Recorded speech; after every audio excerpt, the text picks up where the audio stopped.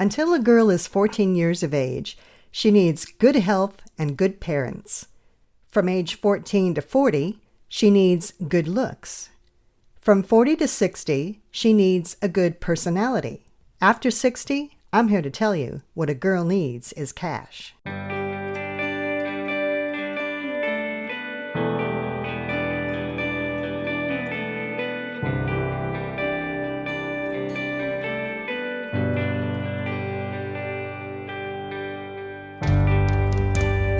Welcome to Women's Wealth Canada. I'm Glory Gray. There have been many women who've inspired me over the years. One of these was Mary Kay Ash. She had been a very successful salesperson, but in 1950s Texas, she was always passed over for management jobs in favor of her male counterparts. So she decided to go out on her own and start a company alongside her husband and son.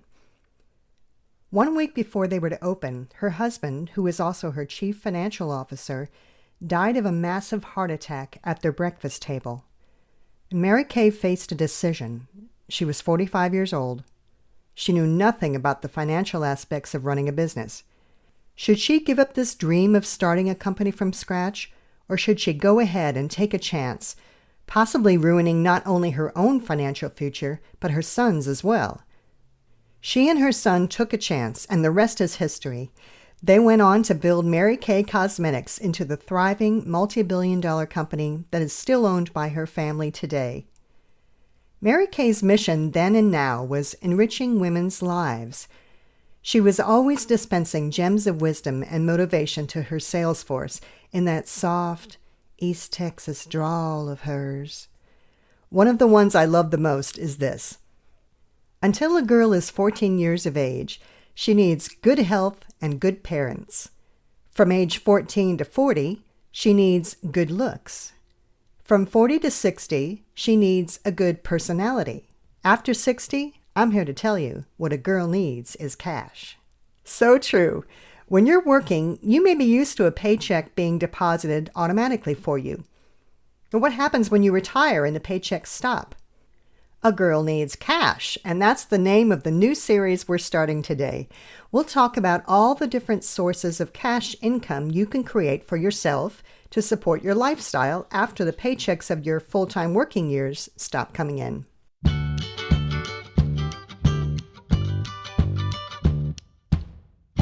Back in our downsizing series, we talked about how to figure out how much you need to save for your retirement. If you're not sure how much income you need to bring in for your retirement, you can go back and listen to episode 2 where we cover that. In today's series, we'll be talking about the different types of income you can create. So let's quickly run through them before we go into each one in detail. We have part-time work, home equity line of credit, government benefits such as CPP, OAS, and foreign pension schemes, corporate or government pensions, that is, the pensions you receive from your previous employer, retirement investment accounts, such as TFSAs or RSPs, taxable investments, such as investment accounts that aren't part of your retirement investment accounts, and rental properties, and life insurance investment products, that is, investment accounts that you purchase from a life insurance company. I didn't mention the sale of a business. For my business owner clients, I always suggest they include their business exit strategy within their overall business plan. It seems strange to plan your business around figuring out how you'll get out of it, but when you own a business, the sale of that business is probably the largest part of your retirement plan. So it's important to know how, or at least have a good idea of how, you'll turn that business into retirement income for yourself. In most cases, you'll either get paid a lump sum or be paid a stream of income for a time through the purchaser of your business. We won't get into the specifics about obtaining retirement income from the sale of a business in this particular series, but if you have any questions about that, feel free to reach out to me. So let's look at each of the ways we can get cash income after we retire in more detail. Part-time work speaks for itself, and part-time work after you retire can be appealing. You just need to be aware of its effects on your tax situation. It may turn out that with all the other sources of income you're bringing in after you retire, you may be paying too much in taxes already, and part-time work will cause you to pay even more. So take a look at that.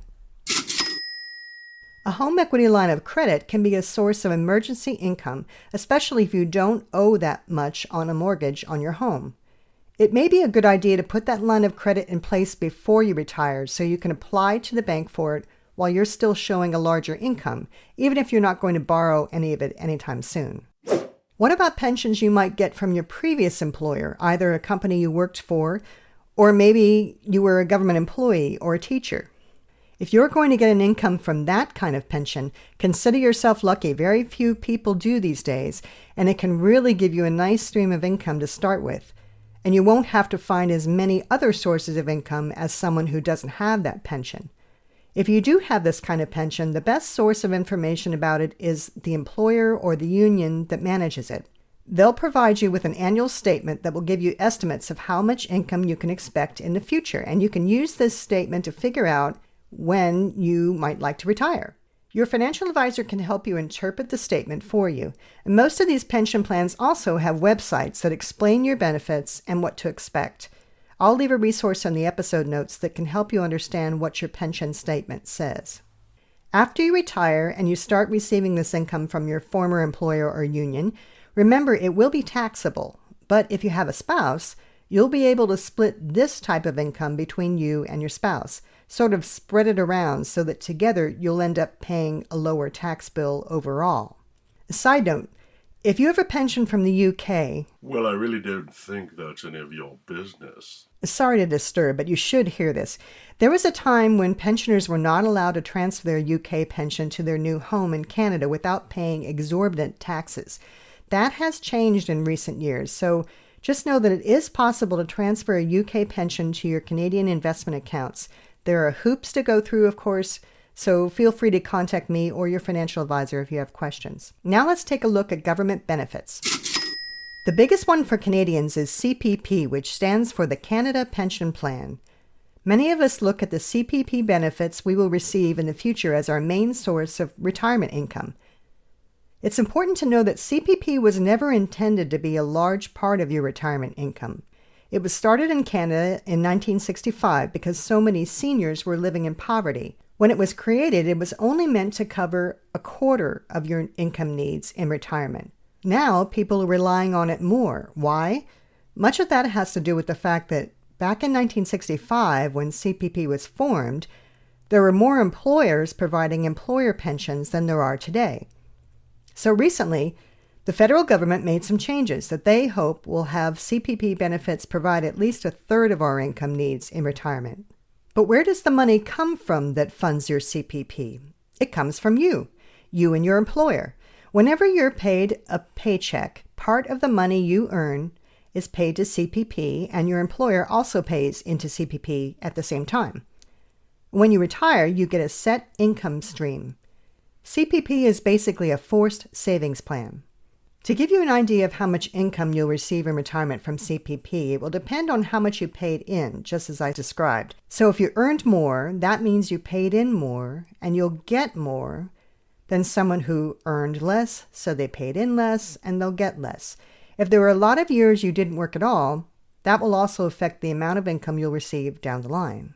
The most you can receive in income from CPP in the year 2021 is a little over $14,000 a year. But most people right now are only receiving about $8,000 a year. Again, because most people didn't earn the top pay in their earning years, and there were likely some years that they weren't working. So that means most people will receive a little under $700 a month in income from CPP in retirement.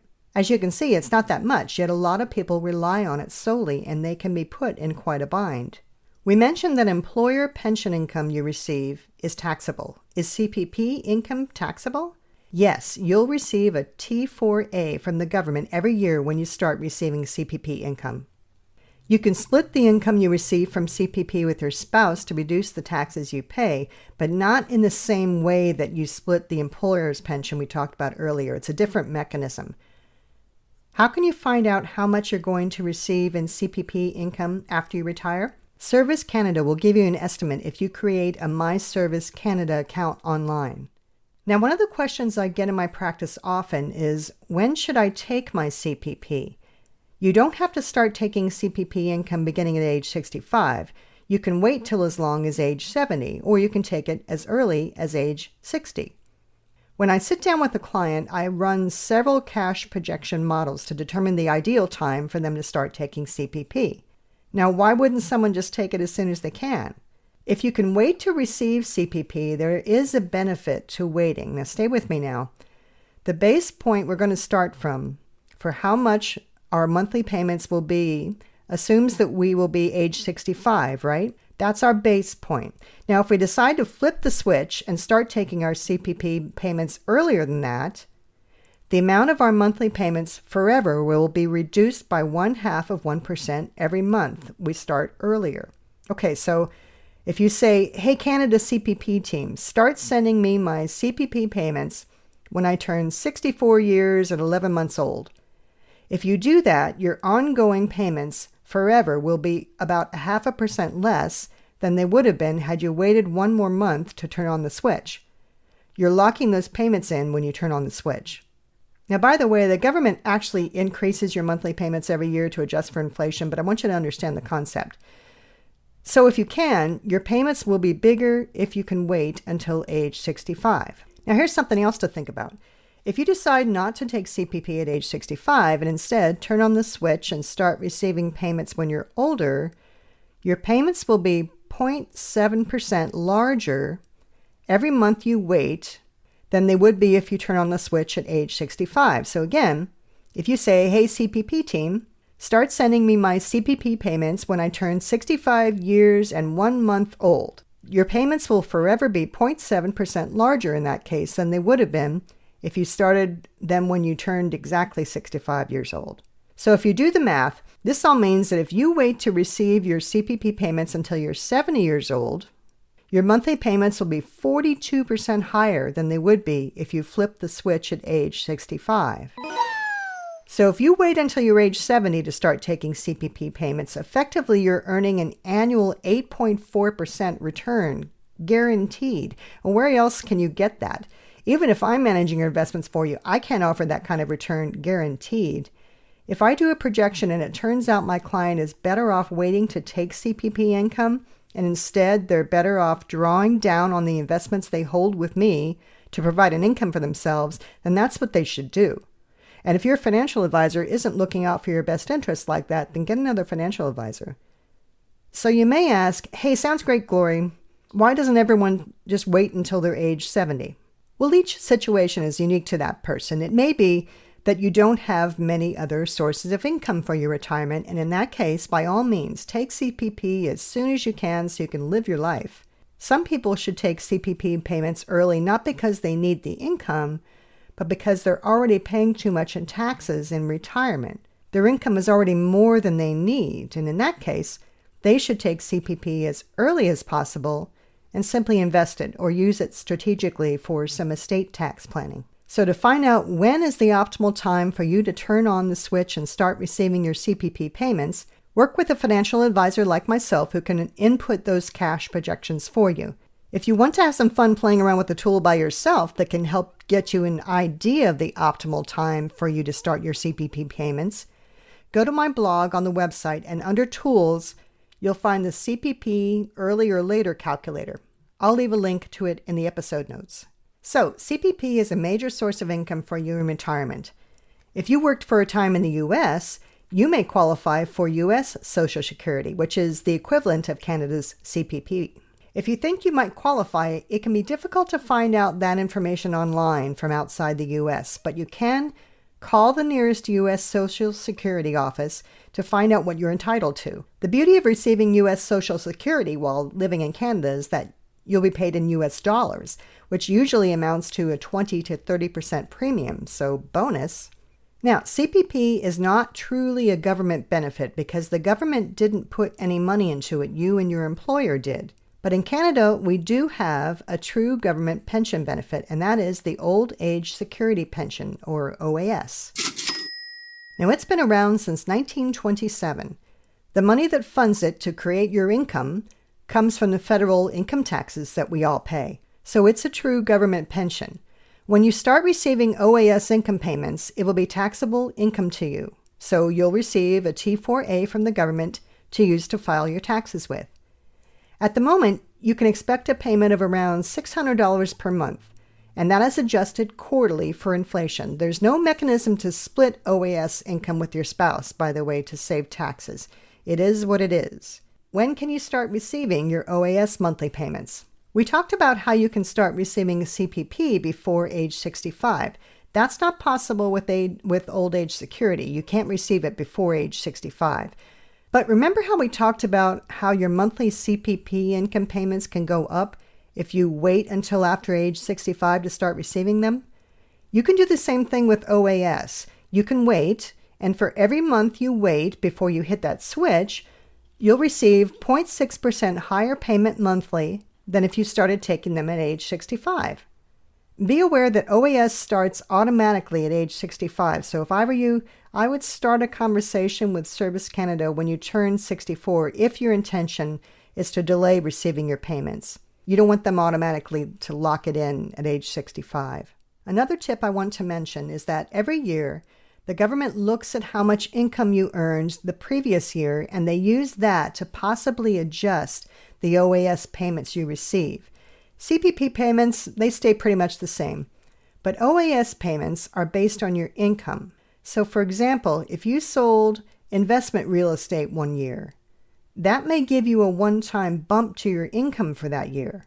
And if that happens and you don't file the appropriate forms in time, your monthly income from OAS payments will be reduced the following year and possibly eliminated altogether for a year. If you earn more than a certain amount in any given year, right now that's about $79,000, your OAS income will start to be reduced and will be eliminated completely if you earn more than $129,000. So you'll want to plan for those events carefully with your tax preparer. I once knew a widow who relied on OAS payments as an important source of her retirement income.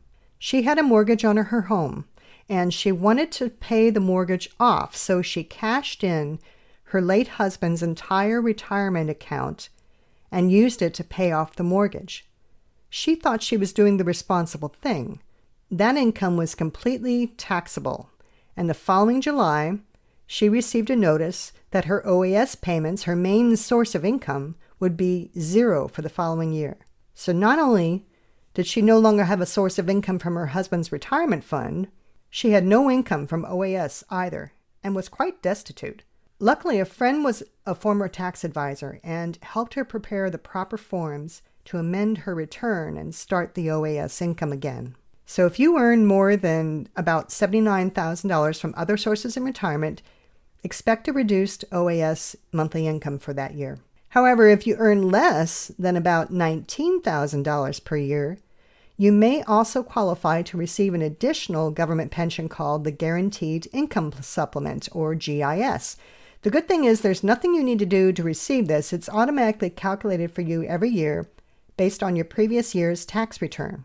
And remember, in Canada, these benefits are income-based, not assets-based. You could have $1 million tucked away in your investment accounts, but if you only take a small amount in income, you would still qualify for these benefits. Another quick note, once you turn 75 years of age, you'll receive a raise of 10% of your OAS monthly payments. Yay! I know, right?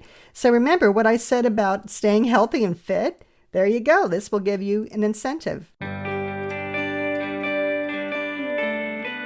So today we covered the most important and reliable sources of income you will have in retirement, your employer pensions and government pensions. When you work through my 5-step retirement income plan with me, this is part of step number 2.